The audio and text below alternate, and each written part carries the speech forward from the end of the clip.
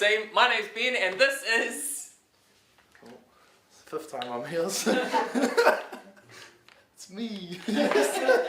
What are we talking about, Houston? Venous Return. Cut! What are we talking about? Factors that affect stroke volume. Good. So stroke volume is what? The amount of blood pumped out of the heart. Good. And it's part of our cardiac output. So cardiac output is our heart rate times our stroke volume. So we're going to talk about what factors affect our stroke volume. So the first thing, Venous return. and what is that? The amount of blood returning to the heart. If this increases, so does preload. Good. So our stroke volume is going to increase with the more blood we get back from our veins. What's up next? Ventricular distensibility. What does that mean?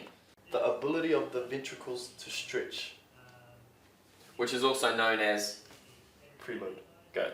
So our ventricles, when blood comes into the atrium and then fills the ventricles.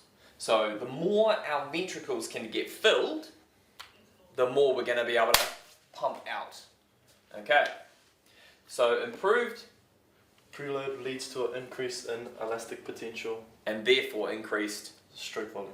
Good. So the more we can fill up our ventricle, the more we can go out.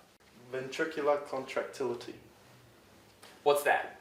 That's an increase in the strength of the heart's contraction causes a decrease in... End systolic volume. So end systolic volume is the volume, so the amount of blood that's left in the heart after it's contracted. So systolic is the contraction part of the heart.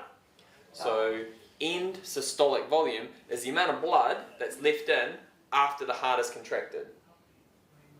Yep. So the stronger our heart is, the more we can squeeze out and get out of the heart, the less that's left over afterwards. Good thing. Continue. Alright, so we've had venous return, ventricular distensibility, ventricular contractility. The last factor that affects stroke volume. The aortic and pulmonary arterial pressure. Okay, tell me about it. If the diameter of the arteries are big, blood can flow through easier, which gives an increase in stroke volume. Good. If the No. Diameter? If the diameter is small, less blood goes through, which is a decrease in stroke volume. Good.